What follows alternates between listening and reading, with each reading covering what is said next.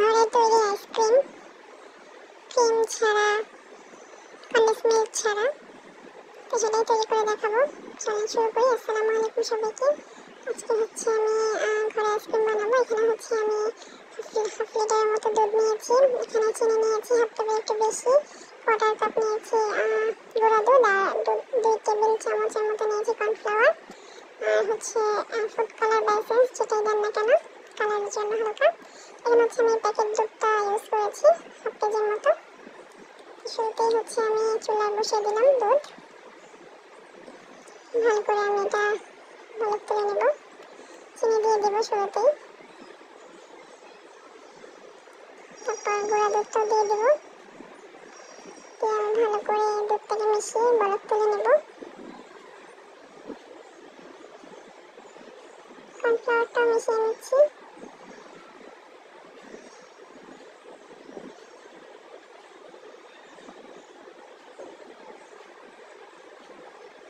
এখন 5-6 মিনিটের মতো জাল করবো।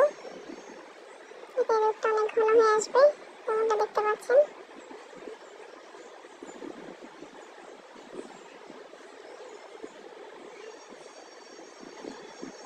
এ পর্যায়ে হচ্ছে আমি এটা ঠান্ডা করে নেব। চুলাটা বন্ধ করে দিয়ে হয়ে গিয়েছে। তার বাটিতে ঢেলে নিয়েছি।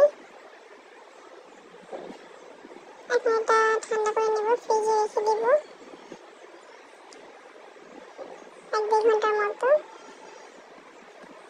দেখতে পাচ্ছেন কেমন একটু হালকা শক্ত শক্ত ভাব হয়েছে জমে। এখন হচ্ছে এটাকে বিট করতে হবে। আমি বিটার মেশিন দিয়ে বিট করে নিচ্ছি। এরপর যে আমি একটু কালার ইউজ করলাম, রেড কালার, যেন একটু পিঙ্কিশ কালার আসে। আপনারা চাইলে সাদাও রাখতে পারেন বা এসেন্স ইউজ করতে পারেন। আমি থেকে 7-8 মিনিটের মতো বিট করে নিয়েছি। দেখতে পাচ্ছেন একটু স্মুথ হয়ে গেছে। এখন হচ্ছে আমি কি টকদের বাটিতে এই যে এটাকে সেট করতে দিয়ে দেবো। এটা আমি দিয়ে দিলাম, ভরে ফেলেছি। এখন হচ্ছে ফ্রিজে সেট করবো।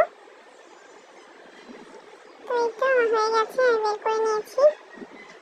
দেখতে পাচ্ছেন কেমন হয়েছে। খেতে কিন্তু খারাপ হয়নি, আপনারা চাইলে ট্রাই করে দেখতে পারেন, ভালোই লাগবে আশা করি। এটা সহজ একটা ছোট একটা রেসিপি শেয়ার করলাম।